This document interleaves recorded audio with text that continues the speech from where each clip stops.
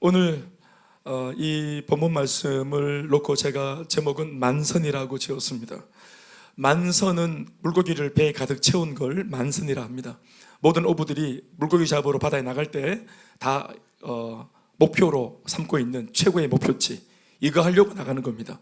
그런데 때로는 만선이 안 되어서 어느 정도의 물고기만 잡아서 돌아와서 그렇지, 어느 정도의 물고기를 잡기 위해, 소위 2등과 3등 하기 위해, 은메달, 동메달 따기 위해, 고작 4강이나 8강 가기 위해 그렇게 선수들이 애를 쓰고 그렇게 덤벼들지 않습니다.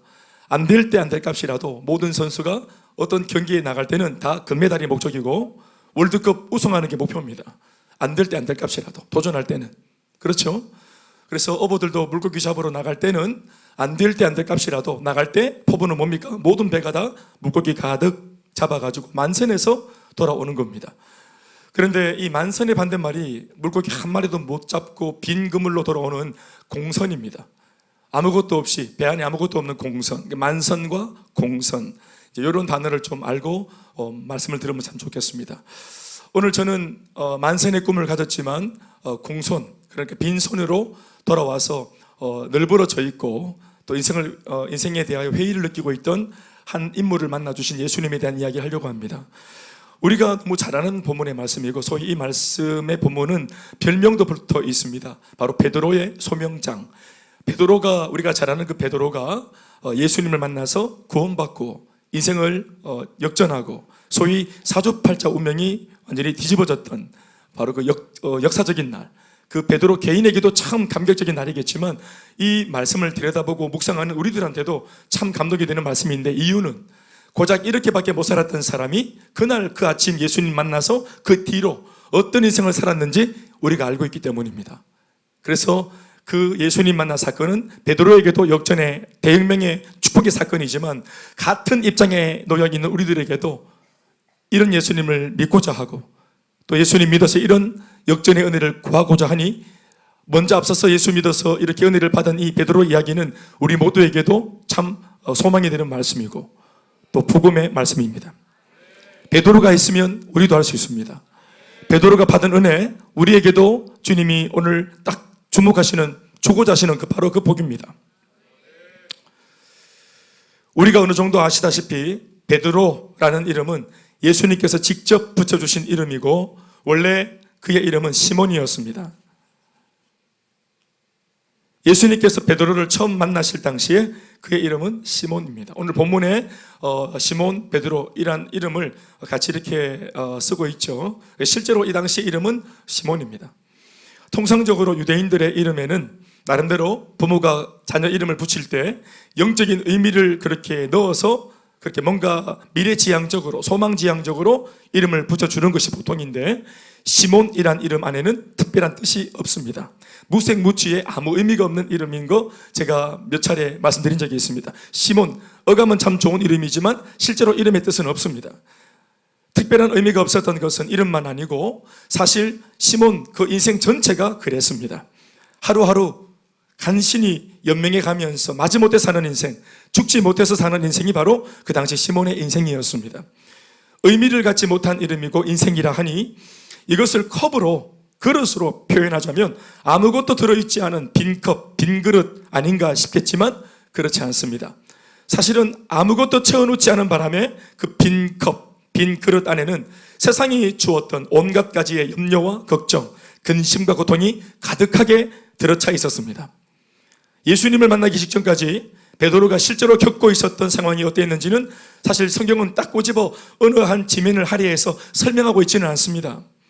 오늘 본문에서만 보면 그가 당면한 문제와 처지가 단지 밤새 노력했던 물고기 잡이, 어업이 실패하고 빈 그물로, 공손으로 돌아온 것만으로 보여지지만 실제로는 그의 문제는 훨씬 더 복잡했습니다.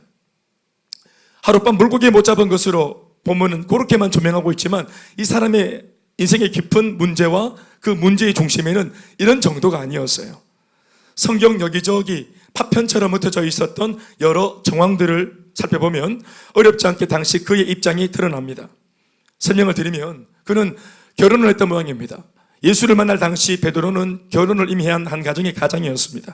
가정의 가장으로서 그가 가지는 아주 무거운 책임감들이 있었습니다. 있었다라고 표현하기보다는 그 책임감이 사실 그 사람 시몬을 짓누르고 있었던 것으로 그렇게 여겨집니다.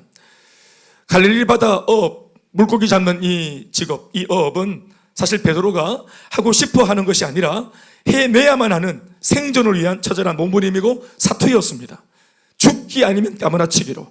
그러니 그날치의 물고기를 잡아와서 팔아다가 어느 정도 쌀을 바꿔 먹든지 또 빵을 바꿔 먹든지, 이게 존립과 생존을 위해 집을 짓고 차를 사기 위한 이런 것들이 아니라 기본적으로 생존하기 위해서 반드시 그날치에 그 분량의 어업이 성공을 해야만 되는 것입니다. 그러니까 하루하루 하늘만 바라봐야 되겠죠. 아무리 사실 자기가 오래된 그런 직업에 대한 어떤 노하우가 있어도, 그래서 배를 만들고 선수, 돛을 올리고 선수, 자기 힘으로 열심히 노를 저어서 바다 위에 배를 띄우고 열심히 미끼를 달아서 그물을 내리는 것, 이거 전부 다 베드로가 할 수 있는 거고 시몬이 할 수 있는 것입니다만은, 정작 밑바닥에 있는 물고기들이 수많은 그물 중에 베드로의 그물 안으로 들어오도록 만드는 것은 그건 신의 영역입니다. 돛을 만들어서 딱 바람 맞아서 이제 배가 망망대해로 쭉 나가야 되기 위해서 열심히 배도 만들고 돛도 세워 올리지만 결국은 이 돛에 불어닥치는 바람은 신의 영역입니다. 그러니 내가 열심히 하고 최선을 다하고 또 여기에 내 생존이 달려있고 내 식구들 전체의 생존이 달려있어서 그래서 이렇게 애를 쓰지만, 그러나 더 그 애쓴 것보다 더 중요한 영역들은 죄다 자기 영역이 아닙니다. 그런데도 당시 베드로는 예수님 만나기 전까지 제대로 된 신앙이 있었다고 볼 수 없습니다. 그러니까 기도 응답, 하나님의 도우심, 오늘 찬양처럼 그가 나타나 도우심으로 너는 안심하고 두려워하지 말라, 이런 거 없었습니다. 요행을 바랬죠. 운을 바라고, 자기의 열심과 하나 더 더한다면 운, 노력과 운이 보태어져서 뭔가 잘 되기를 바라는. 그런데 그렇게만 하기에는 이게 취미활동이 아니기 때문에, 생존이 달린 문제이기 때문에 참 어려운 문제입니다. 아무튼 비가 와도 바람이 불어도, 다른 사람들은 비가 오면 바람이 불면 또 좀 쉬었다가 물고기 잡을 수 있는데, 베드로의 입장은 비가 오든 바람이 부든 어떻든 땡볕이든 반드시 나가서 그날치 분량의 물고기를 잡아야만 하는 입장입니다. 우리는 한 번씩 예능을 보면 예능의 어떤 그 내용을 바꾸다 못해, 이제 끌어내다 못해.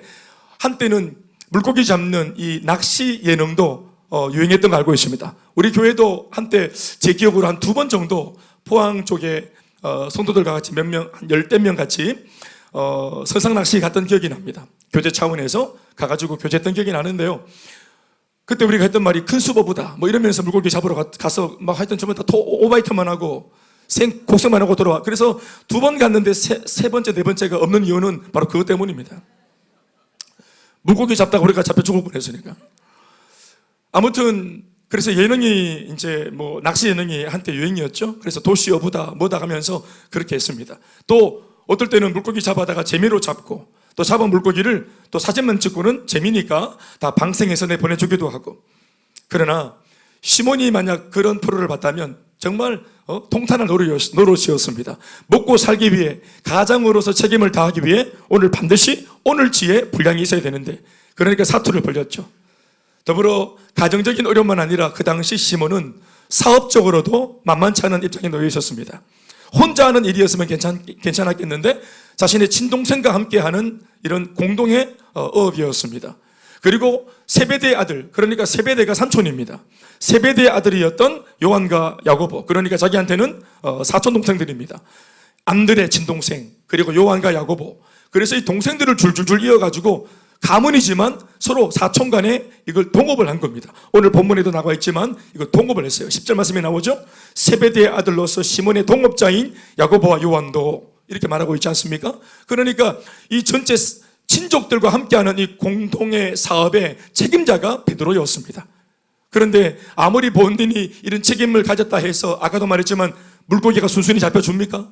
배를 더 많이 준비했다고, 그물을 더 많이 준비했다고 더 많은 양의 물고기가 들어와 줘야 되는데 그렇지 않습니다. 투자는 많이 했는데 들어오는 수입이 없으니까 이 모든 책임이 고스란히 바로 갈릴리 바다 대표인 바로 이 시몬의 무게감이겠죠. 게다가 병든 장모의 오랜 간병의 부담감도 그에게는 적지 않이 큰 어려움으로 있었습니다. 가족 중에 한 사람이 병들면 나머지 식구들도 병든다는 그런 얘기를 들었습니다. 최근에 제가 어떤 암보험 광고 카피를 봤더니 어느 한 부인이 자기가 병원에 가서 암 선고를 받고 내가 암에 걸린 날 내 남편도 내 자식도 같은 병에 걸렸다. 함께 병에 걸렸다. 그 병의 이름은 간병이다. 이렇게 말하더라고요. 그 간병이라는 것이 그만큼 힘든 겁니다. 실제로 물리적으로 병에 걸려서 고통하는 사람 못지않게 간병을 하는 사람들도 똑같이 같은 무게로 더 함께 시달리고 또 함께 잠 못 이루고 함께 어려워하는 거죠. 물론 시달린다는 말이 이게 뭐 저주다, 운이 나쁘다 이런 개념이 아니라 사랑하기 때문에 같이 마음이 아프고 그 가족을 사랑하기 때문에 같이 병이 드는 겁니다. 사랑하지 않는다면 왜 병이 들겠습니까? 모른 척하면 되지. 너무너무 사랑하는 가족이기 때문에 가족 한 사람이 아플 때, 장모가 아플 때 딸도 아프고 사위도 아픈 겁니다. 그리고 그 병소발을 늘 들어야 되니까 일하고 와서 가정을 돌보고 또 사업 돌보고 또 장모 돌보고 이런 여러 가지 환경들을 여러분 떠올려 보면은 2000년 전 시몬의 상황이 오늘 우리 시대 우리의 상황입니다. 좀 더 확장시켜 보면 그가 놓인 처지는 또 이랬습니다. 그는 유대 사람입니다.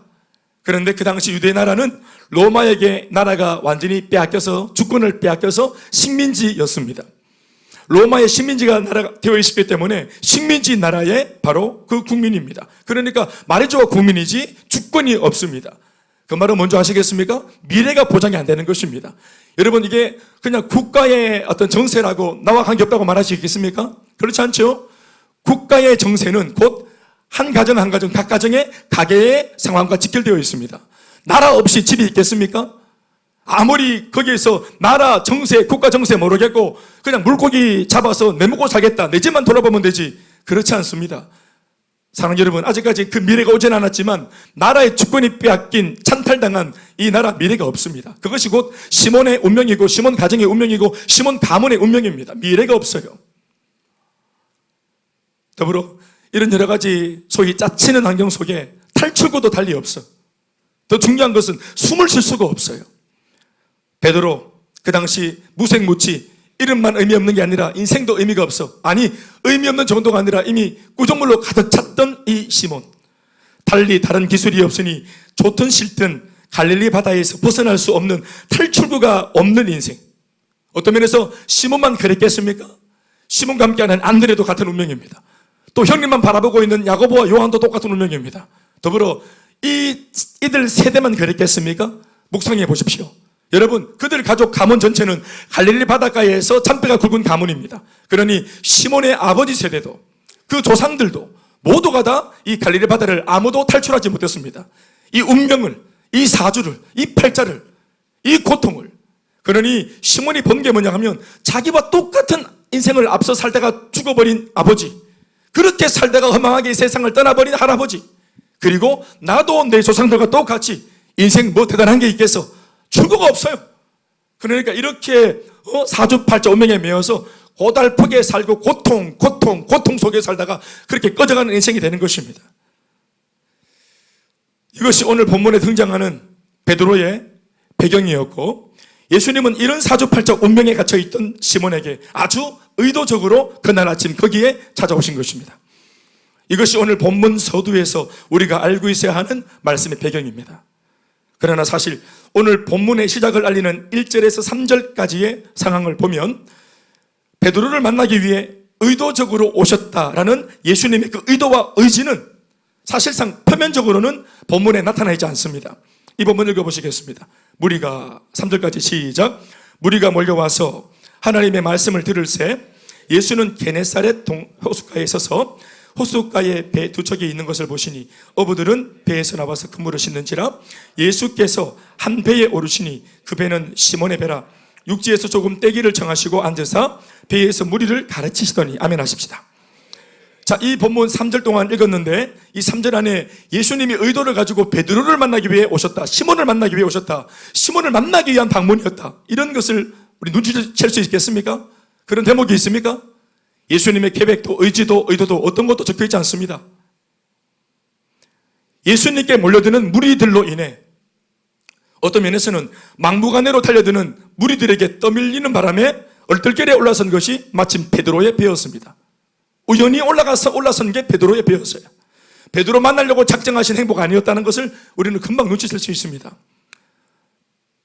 아마 예수님 눈앞에 두 배가 있었다고 말하고 있습니다. 그리고 두 배에서 나온 여러 어부가 있었습니다. 그런데 3절 말씀 보시면 거기에 두 배가 있었는데 한 배에 오르시니 그 배는 시몬의 배라고 적고 있는데, 이 부분을 정황상 좀 더 정확한 문장으로 표현해 보면 이런 것이라 생각합니다.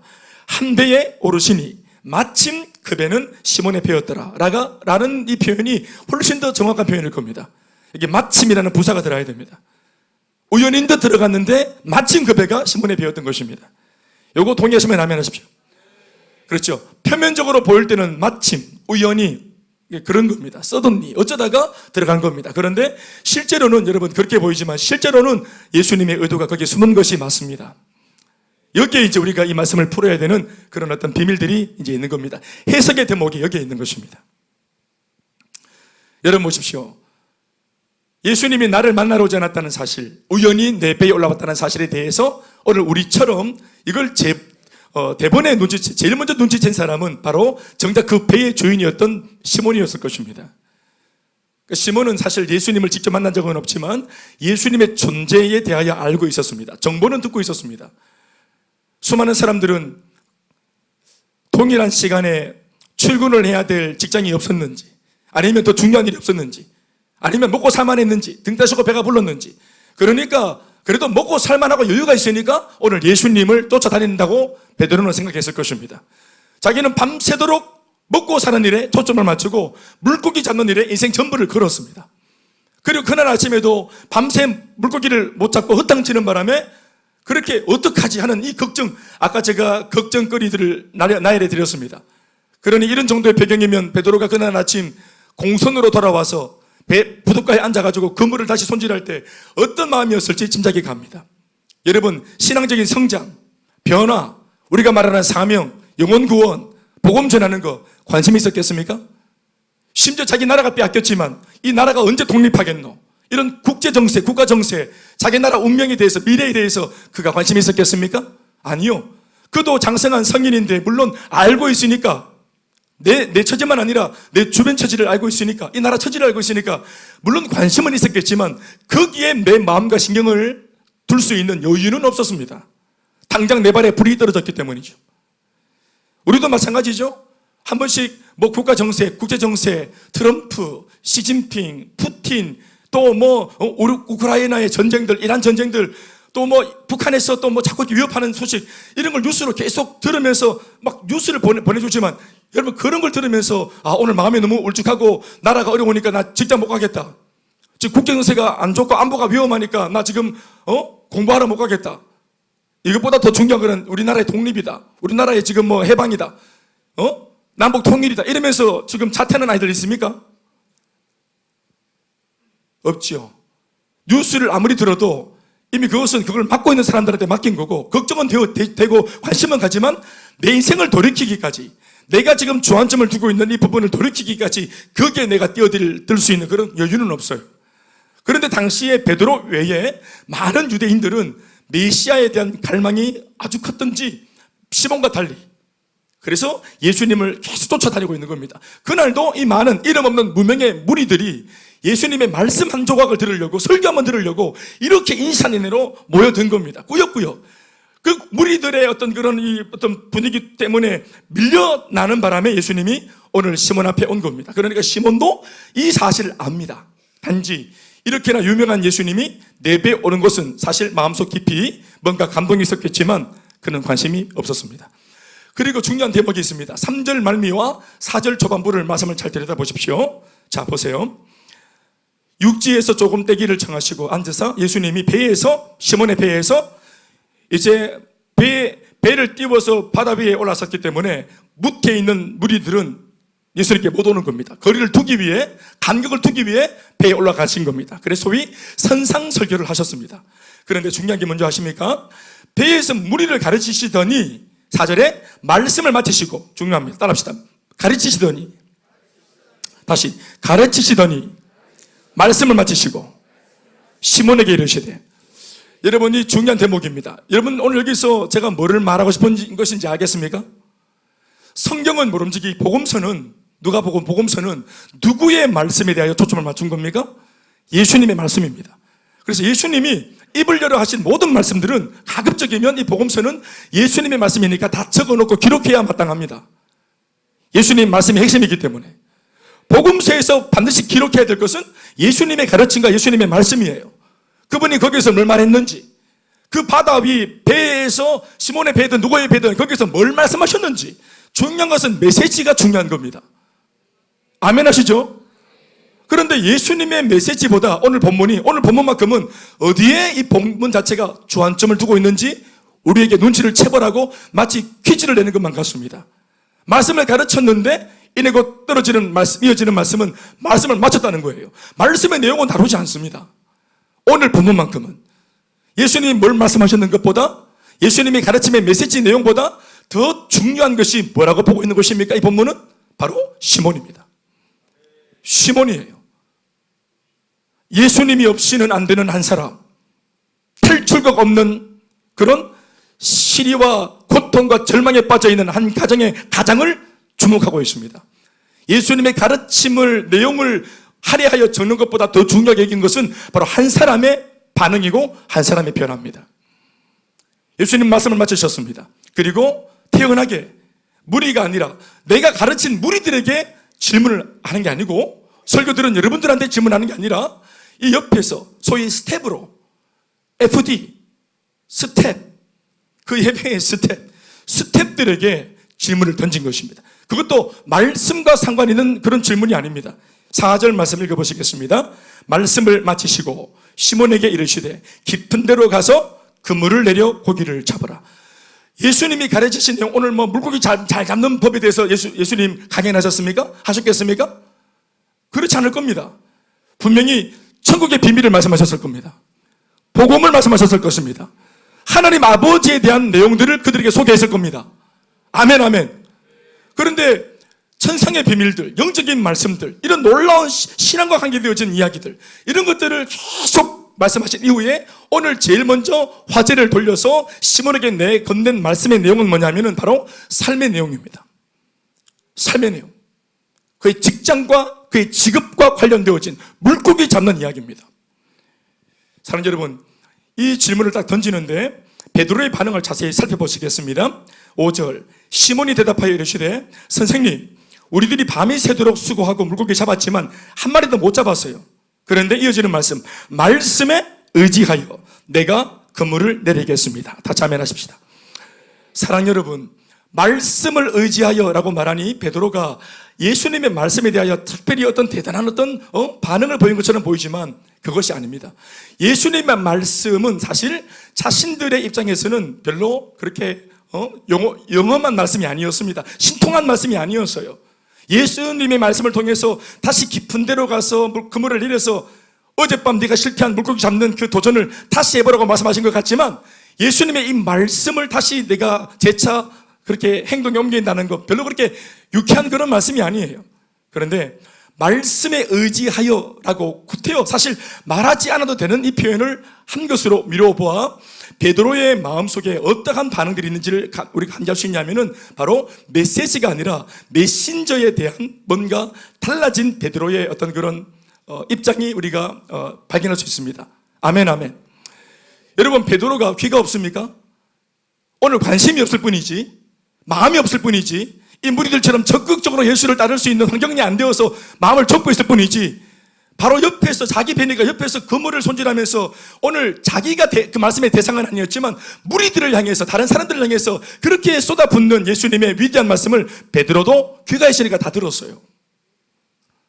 그 말씀에 아멘하지 않았지만, 그 말씀을 들으면서 예수님과 눈 마주친 것은 아니지만, 그 말씀 들으면서 막 기록하고 적고 깨달았다면서 발표하고 이러면서 적극적으로 말씀에 응한 건 아니지만, 왜?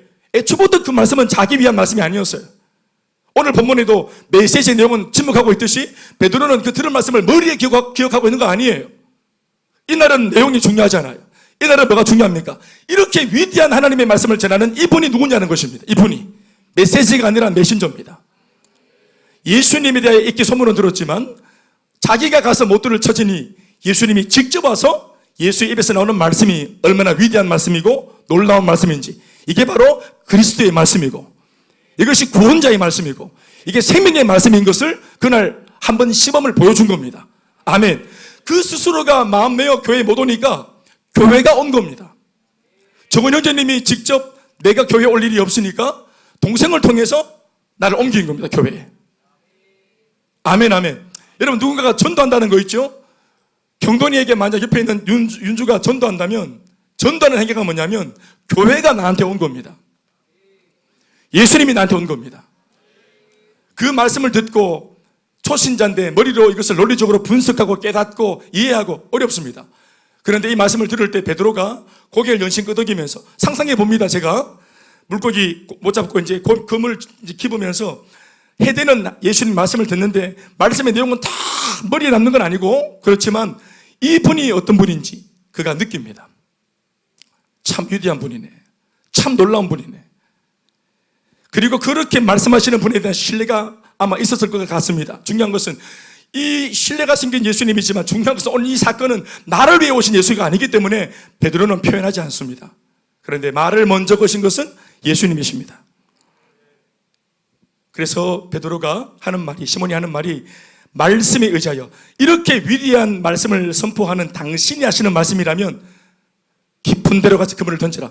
이거 성경 말씀 아닙니다. 내가 하는 말을 믿느냐? 성경 말씀 아니에요. 천상의 말씀도 아닙니다. 하나님에 대한 말씀도 아니에요. 깊은 데로 가서 그물 던지는 이 내용, 이거 무슨 구약 성경의 말씀을 인용한 것도 아닙니다. 그런데 중요한 것은 아주 일상 속에 우리가 하는 직장의 용어고 직업의 어떤 필요한 용어고 내 삶의 현장에서 우리가 쓰는 삶의 용어지만 이 말씀을 하시는 분을 신뢰하는 마음이 생겼기 때문에 이 말씀을 의지하는 겁니다. 말씀을 의지하여 내가 한 번 더 도전해 보겠다, 이러고 이제 그물을 던졌는데, 우리가 다 알다시피 그물을 던졌는데 그물 속에 물고기가 많이 들어와서 차잖아요. 심지어 물고기가 얼마나 많이 들어왔는지 옆에 있던 동료들도 불러서, 요한과 야고보도 불러서 2배에 가득히 실을 정도로, 그렇게 해야만 될 정도로 그물을 끌어올리는데 결국은 그물이 찢어지는 거, 우리가 알고 있는 이야기입니다.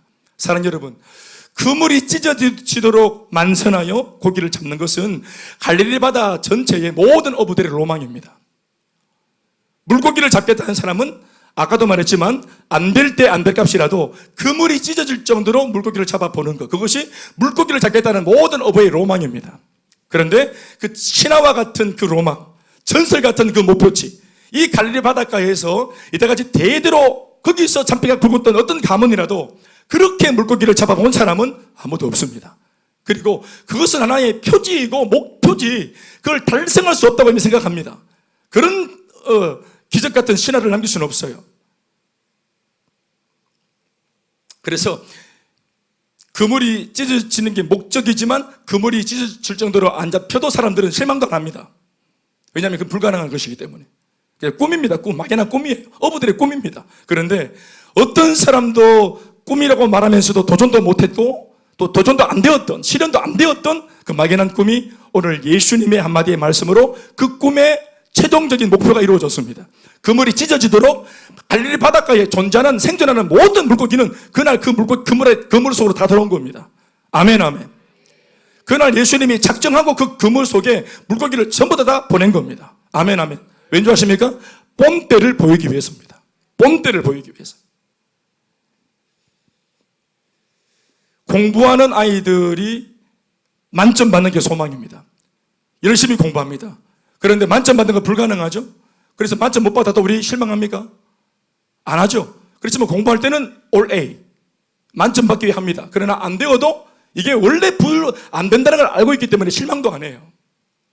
직장 다니고 사업하시는 분들이 그 사업하는 어떤 일터에서 동료들과 함께 같은 어떤 동종업종에서 우리가 꿈꾸는 그런 어떤 목표치가 있습니다. 이것은 달성하면 좋겠지만 이거 달성한다는 건 불가능합니다. 그래서 목표로 세웠지만 이루어지지 않아도 우리 실망 안 합니다. 그건 원래 꿈이기 때문에. 그런데 그것을 예수님의 말씀 한마디를 따랐더니 그 그물이 가득 채워지면서 그 놀라운 꿈 같은 이야기가, 신화 같은 이야기가 이루어진 겁니다. 단번에 내 눈앞에서. 아멘, 아멘. 이게 뭘 의미하는 걸까요, 여러분? 왜 예수님이 이런 식으로 베드로를 만나 주셨을까요? 말씀으로 풀어서 나는 누구고 네가 누군지 설명해주고 말씀을 통해 은혜 받고 무릎 꿇게 만들고 이렇게 안 하고 왜 이런 에피소드 사건을 통해 물고기를 잡게 하고 이런 행위, 이런 복잡한 행동들을 통해 사건들을 통해서 예수님이 베드로를 다루어 갈까요? 왜 그럴까요? 베드로의 아까도 말했지만 나열했던 수많은 그 모든 걱정거리의 마지막 해결책은 적어도 베드로가 볼 때는 물고기를 잡는 방법밖에 없습니다. 가정의 가장으로서 문제를 돌파하는 것도 다른 방법이 없어요. 누가 못 도와줍니다. 도와줄 사람도 없고 돈 빌릴 은행도 없고 독재가도 없어. 물고기를 잡는 것밖에 없어요. 사업적으로 내 동생들한테 인정받는 거, 그들의 필요를 채워주는 것도 다른 방법이 없어요. 물고기 잡는 것밖에 없어요. 병든 내 오래된 고질병을 갖고 있는 우리 장모님, 이 장모님의 병수발 들고 이거 병 간호하고 약 갖다 대고 하는 이 모든 문제의 해결책도 물고기 잡는 것밖에 없어요. 내 자식들 공부시켜서 그들의 미래를 도와주고 책임져 주는 거 물고기 잡는 것밖에 없어요. 문제는 많이 있는데 이 모든 문제들을 해결할 수 있는, 베드로로서는 이걸 해결할 수 있는 유일한 방법은 물고기밖에 없어요. 물고기가 답이에요. 물고기가 전부, 물고기로 쇼부를 봐야 돼요. 오늘 우리가 가지고 있는 많은 다양한 문제가 있습니다. 경제 문제, 정신 문제, 사람들과의 관계 문제, 또 장래 문제, 미래에 대한 어떤 두려운 문제들, 사람이 살아가면서 여타 범사에 수많은 문제들이 있는데 현대인들이 생각하는 바 이 모든 다양한 모든 문제의 해결책은 뭐라고 본다고 생각하십니까? 돈입니다. 돈을 벌어야만 이 문제 해결할 수 있어요. 아이들 양육 문제도 돈을 해결해야 된다. 우리 부부가 사이 좋아지는 것도 돈을 벌어 돈이 있어야 행복할 수 있다. 직장을 결혼을 아직 못하고 있는 우리 청춘들이 결혼을 할 수 있는 비법도 돈을 벌어 돈을 마련하고 확실한 수익처를 내가 이걸 거머쥐어야만 내가 당당히 결혼할 수 있다. 내 미래와 내 노후를 보장받는 것도 돈을 벌고 돈을 모으는 방법이다. 내 자자손손대대로 내가 죽어서라도 자녀들 걱정하지 않을 수 있는 비결은 자자손손 먹고 살 수 있는 엄청난 돈을 벌어서 후손들에게 남기는 것이다. 인생들의 문제는 정말 많은데, 다양하고 많은데 오늘날 사람들은 이 모든 문제의 해법을 돈이라고 생각합니다. 심지어 우리가 어느새부터 한 나라 7개 대통령, 정상을 뽑고 한 나라의 탑 지도자를 뽑는데도 그 사람의 덕망, 그 사람이 가지고 있는 어떤 비전, 이런 것들이 아니라 당장 국민들을 잘 먹고 잘 살게 해줄 수 있는, 우리 경기가 돌아가게 해주는 그 탑리더의 도덕성, 이런 것들 감안하지 않습니다. 이제 착하다, 그 사람 성품이 좋다, 얌전하다, 중요한 게 아니고 우리를 잘 먹고 잘 살게 해주는 사람을 뽑으려고 듭니다. 너무 미안한 말이지만, 물론 안 그런 분도 계시겠지만, 그리고 우리가 있으니 많은 정치하는 분들도 거기에다가 포커스를 두고, 내가 지금 사는 게 좀 어렵고 살아온 여정이 좀 어렵고 못났고 도덕적으로 문제가 있지만, 그렇지만 내가 잘 먹고 잘 살게 해줄게 하면 우리는 찍어준다.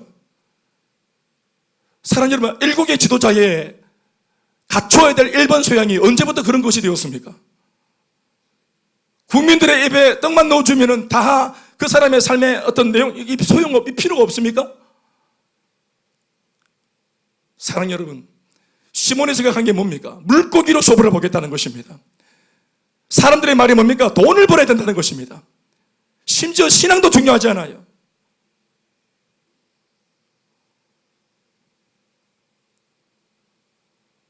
그런데 물고기가 유일한 해답이요, 물고기를 잡으려고 애를 쓰는데 안 잡히지.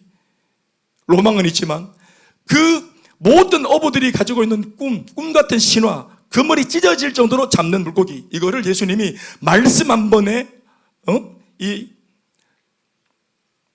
비법으로, 솔루션으로 그걸 이루어 주신 겁니다. 단번에. 그게 뭐냐면, 따라합시다. 이거 별거 아니다. 따라합시다. 이게 별게 아니다. 물고기 잡는 그 어뱅이가 보잘것없고 별게 없다는 게 아니라 그것만 바라보고 다람쥐 쳇바퀴 돌듯이, 어떤 면에서 갈릴리 바다는 감옥입니다. 갈릴리 바다 그 조상들도 탈출을 못했습니다. 거기에 매였습니다.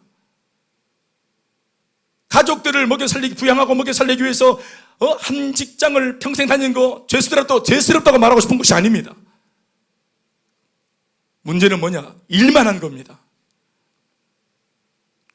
염려, 걱정, 근심을 가득 가진 채로 기쁨이 없고 누림이 없고 마치 이 세상을 돌아가게 만드는 하나의 부속품처럼 자기에게 한 번밖에 주어지지 않은 소중한 인생을 그 부속품이 되어서 거기 끼어 들어가서 열심히 돌려대고 자기가 이 땅에 사라지면 또 다른 사람이 대를 이어서 자기가 있던 그 부속품 자리를 또 대체할 겁니다. 사랑하는 여러분, 우리는 그렇게 시시하게 있다가 이 땅에 왔다 가버리는 부속품이 아닙니다. 사람 한 사람이. 아멘이십니까? 우리가 생각하는 것보다 훨씬 더 가치롭고 소중한 사람들입니다. 어떻게 아냐고요? 시몬을 통해 우리는 알 수 있습니다. 여러분, 시몬은 갈릴리 바닷가의 부속품이었죠? 갇혀있는 포로였습니다. 마치 그 옛날 400년 동안 애굽에 갇혀있던 포로들처럼 자기 발 있고 정신도 멀쩡하고 사지 멀쩡한데 이 삶의 굴레에서 벗어날 수가 없어요. 그런데 모세가 오고 주의 말씀이 선포되고 젖과 꿀이 흐르는 가나안 땅으로 가라고 하는 새로운 비전과 꿈이 주어졌을 때 출애굽했지 않습니까? 아멘, 아멘. 예수님은 이미 맹물밖에 안 되는 무생무치의, 아니 구조물이 되어버린 이 시몬의 인생을 보면서 이미 이 누가복음 5장에서 오늘 공선으로 앉아있는 베드로를 보면서 이미 예수님은 뭘 보신 겁니까? 우리가 알고 있는 사도행전 2장에 나오는 3,000명을 회개시키고 5,000명을 회개시키고 기독교 역사상 최초의 예루살렘 교회를 이 땅에 대통시키는 위대한 사도 베드로를 보신 것입니다. 여러분, 사도행전에 나오는 그 베드로, 누가복음 5장의 베드로입니다. 시몬이 베드로가 된 것입니다.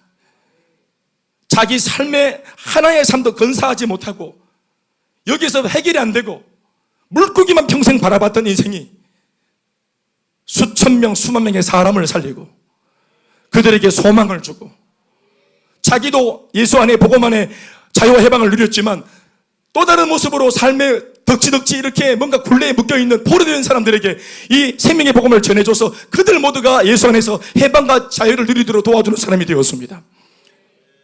베드로는 그렇게 살아 마땅한 사람입니다. 그렇게 사는 베드로의 모습이 진짜 베드로의 삶이고 베드로를 이 땅에 창조하여 보내신 창조주가 베드로에게 주고 싶어 선사해 주고 싶었던 선물입니다. 그래서 이런 위대한 기적을 한 번에 보여주시면서 철없는 동생 안드레나 요한이나 야고보는 이렇게 이유는 모르겠지만 원인은 모르겠지만 뭔가 굉장한 비법을 알고 있는 물고기 비법을 알고 있는 예수와 동업을 하고 함께 같이 연을 맺고 같이 사업을 하고 동업을 하고 그냥 마냥 물고기만이 잡히니까 좋았는지 모르겠습니다. 그러나 이 모든 장면들을 이렇게 흐름 속에서 이렇게 지금 겪고 있는 시몬 베드로 속에 옆에 있는 동생들은 이해할 수 없는 그런 감정들이나 깨달음들이 그렇게 생깁니다. 그러면서 베드로가 성경 속에 등장하는 베드로가 제가 봤을 때 딱 2번 진짜 하나님의 감동으로 해야 될 말 정말 전곡을 딱 때리면서 제대로 한 말이 있는데 다른 말은 다 헛소리입니다. 거의 다. 예수님 위기를 느꼈을 때 막 로마 병정 귀 자르고 지켜주겠다 큰 소리 치고 닭 울 때 같이 닭처럼 헛소리하고 자기가 또 막 우의정 좌의정 서로 안겠다고 동생들과 싸우고 경쟁하고 또 예수님 힘들다고 기도 좀 해라 했더니 가서 또 잡을고 앉아있고 대체로 성경 속의 베드로는 다 헛소리하는 베드로인데 베드로가 딱 2번 정신 들어서 제대로 말을 할 때 제대로 된 말을 할 때가 있어요. 그게 언제냐? 하나는 언제냐면은 마태복음 16장에 예수님께서 너희는 나를 누구라고 하느냐? 라고 물으셨을 때입니다. 우리 아는 대답이 뭡니까? 주는 그리스도시요 살아계신 하나님의 아들이라고 믿습니다. 예수님이 감동하시면서 요한의 아들 시몬아 네가 참 복이 있다 하실 정도로 아멘 아멘. 참 그 위대한 신앙 고백을 했던 베드로가 그때 참 좋은 고백을 했는데 그 전에 이미 누가복음 이 5장 예수님을 처음 만날 이 당시에 예수님 베드로가 2번 다시 할 수 없는 정말 제대로 된 정확한 고백을 하는 장면 우리가 봅니다. 그게 뭔지 아십니까? 보십시오. 8절 말씀입니다. 같이 시작. 시몬 베드로가 이를 보고 물고기로 채워진 그물을 보고 예수의 무릎 아래에 엎드려 이르되 주여 나를 떠나소서. 함께 합시다가 아니라 나를 떠나소서. 이유를 말합니다. 왜냐하면 나는 죄인이기 때문입니다. 이걸 뭐라고 말하냐면은 신적 인식 이렇게 말합니다. 좀 어려운 말로 신적인 인식. 그냥 조금 뛰어난 범인, 특별한 특출난 어떤 선지자 정도가, 존경에 맞지 않는 분 이런 정도가 아니라, 인간 중에 조금 나은 분 이런 정도가 아니라 이분은 신이다. 신적인 인식이 느껴진 겁니다. 아멘 아멘. 하나님의 아들, 진짜로 구세주, 하나님 아버지가 보내신 그리스도, 이분은 사람이 아니고 우리를 구원하러 오신 예수님이시고 메시아라는 사실을 베드로가 다른 게 아니고 뭐 기적, 대단한 기적이 아니라 물고기가 많이 잡히는 장면에서 이거는 어부만 아는 사실입니다. 이건 있을 수 없는 일이기 때문에. 그래서 베드로가 그걸 깨닫습니다. 예수님이 진짜 누구신지를 알아먹습니다. 그리고 예수님이 누구신지를 알아먹는 그 현장에서 동시에 자기가 그 예수님 앞에 누구인지를 깨닫습니다.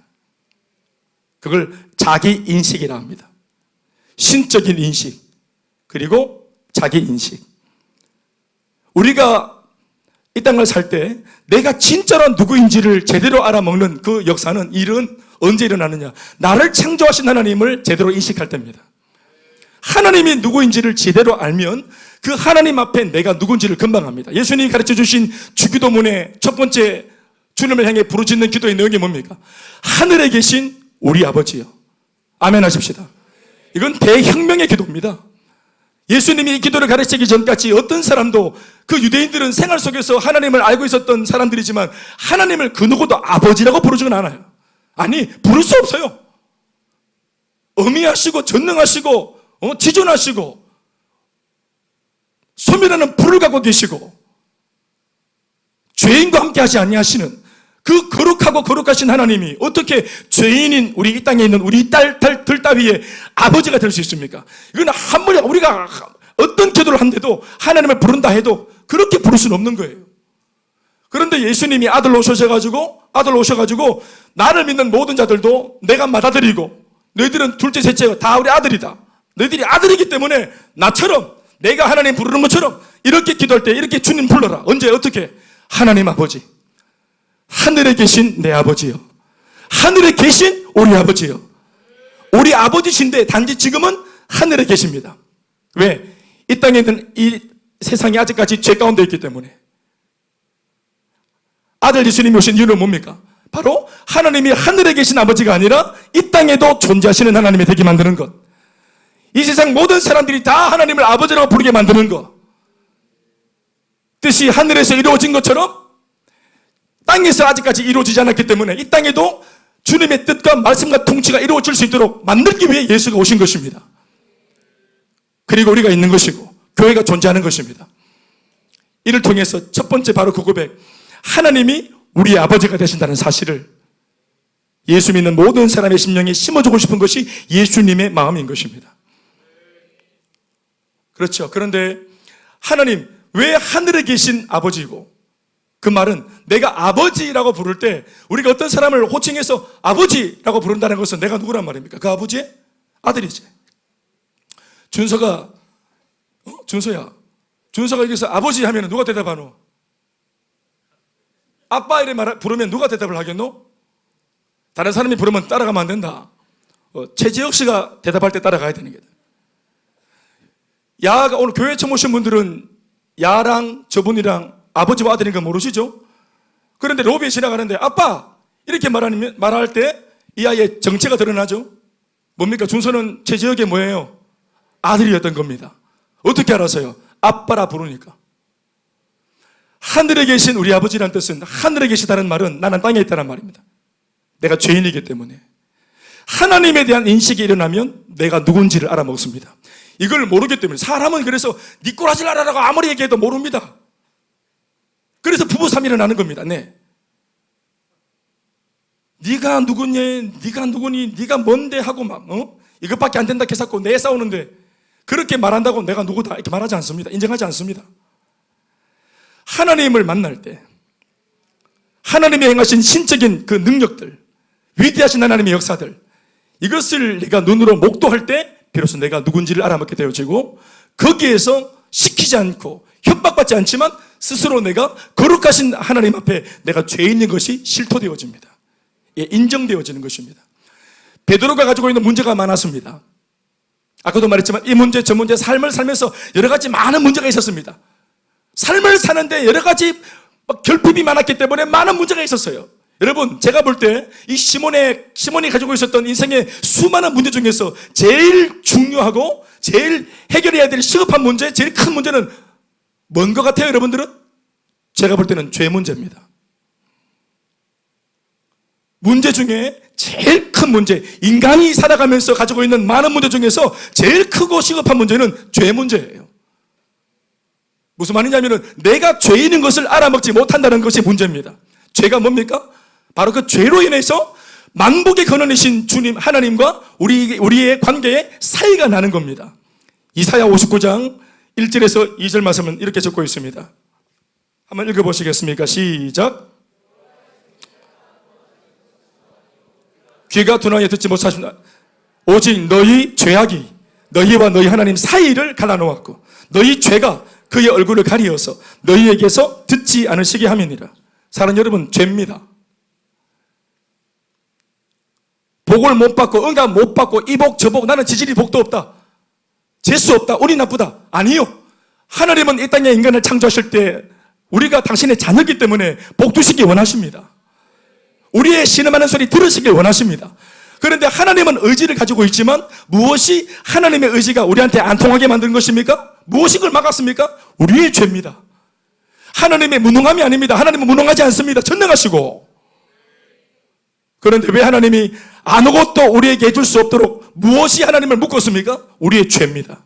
우리의 죄가 사이를 냈다 하지 않습니까? 그러니 베드로가 오늘 이렇게 지질이 궁상으로 어려운 수많은 문제 속에 노출되어 있으면서도 탈출구 없이 숨막히게 살아가는 이유는 죄 문제입니다. 돈 없는 문제가 아닙니다. 경제 문제가 아니에요. 가난한 부모를 만났기 때문이 아닙니다. 환경이 아닙니다. 상황이 아닙니다. 운 나쁜 거 아닙니다. 하나님을 만나지 못했기 때문입니다. 사이가 난 채로 계속 있기 때문입니다. 멀어진 채로 있기 때문입니다. 단절된 채로 있기 때문입니다. 찢어진 주머니를 가지고 있기 때문입니다. 그래서 쏟아 부어주셔도 가질 수 없는 거예요. 오늘 그래서 찢어진 이 인생 속으로 사실 그물이 찢어지죠. 이 그물이 뭘 말하느냐 하면은 바로 베드로입니다. 베드로가 시몬이 그물이에요. 복을 줘봤댔자 하나님이 없는 인생으로는 이 복을 가져도 찢어집니다. 그 인생이 찢어지고 말 겁니다.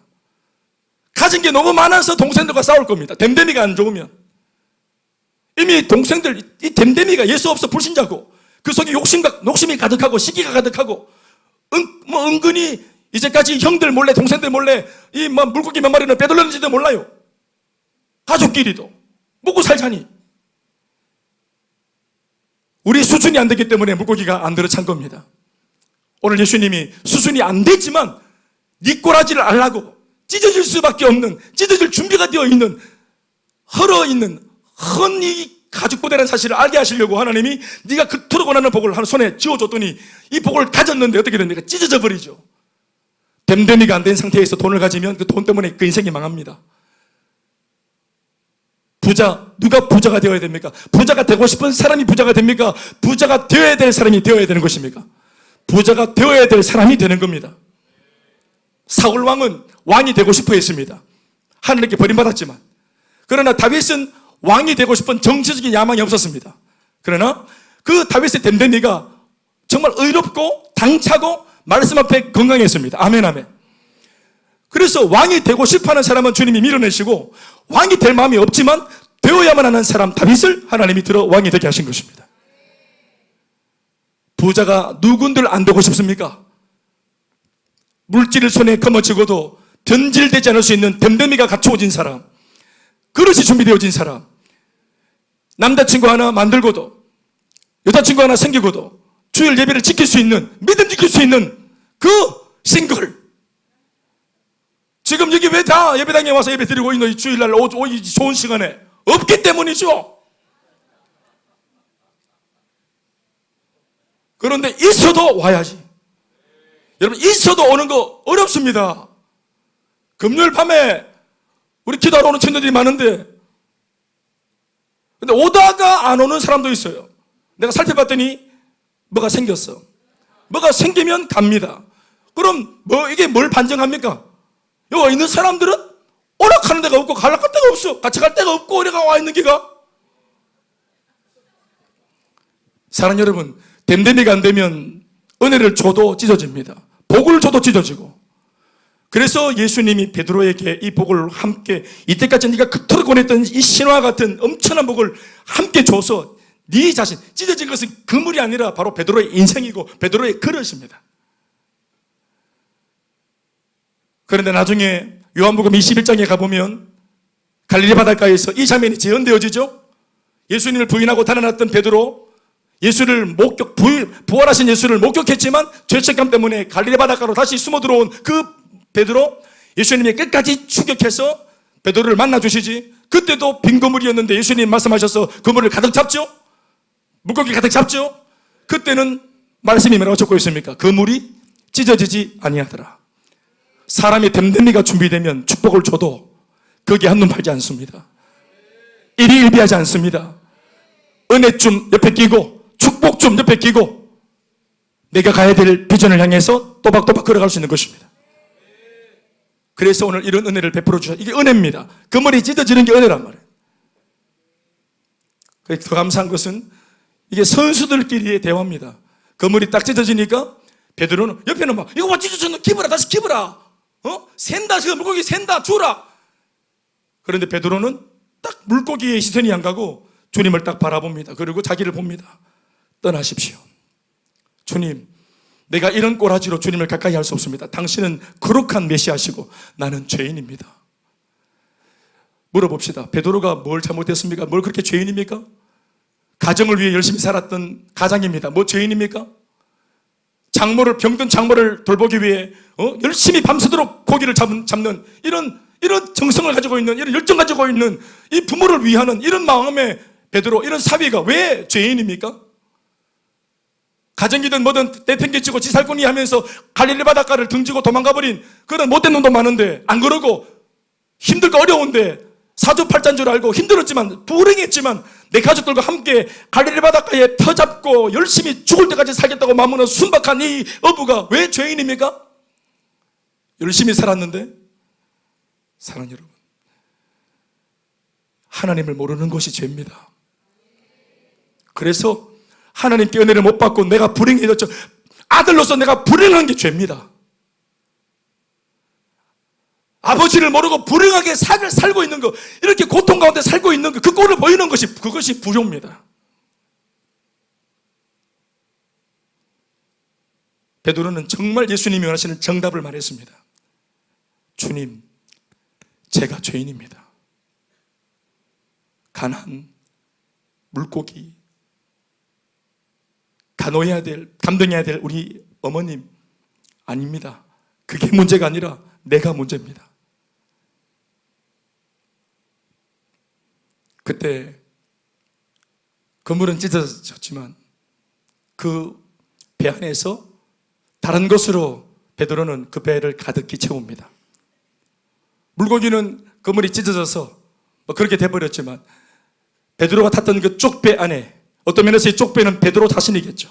이 베드로 인생이라는 그 쪽배 안에 그는 가득 새로운 것으로 만선하여 돌아옵니다. 그 만선의 내용은 바로 예수 그리스도이십니다. 물고기 다 내보내고 예수님을 채워서, 예수님을 향한 내 사랑, 믿음의 고백 한가득 채워서 금이 환양하여 돌아오는 이 배야말로 만선의 배입니다. 10절 말씀 다 같이 시작. 세베대의 아들로서 시몬의 동업자인 야고보와 요한도 놀랍니다. 예수께서 시몬에게 이르시되 무서워하지 마라. 이제 후로는 네가 사람을 취하리라. 물고기만 아니라 사람을 취하리라.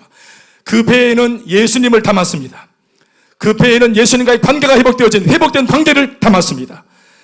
물고기가 인생의 로망이고 전부였는데 그에게 물고기 내려놓고 사람을 살릴 수 있다고 말씀하시는 주님으로부터 비전과 사명을 채웠습니다.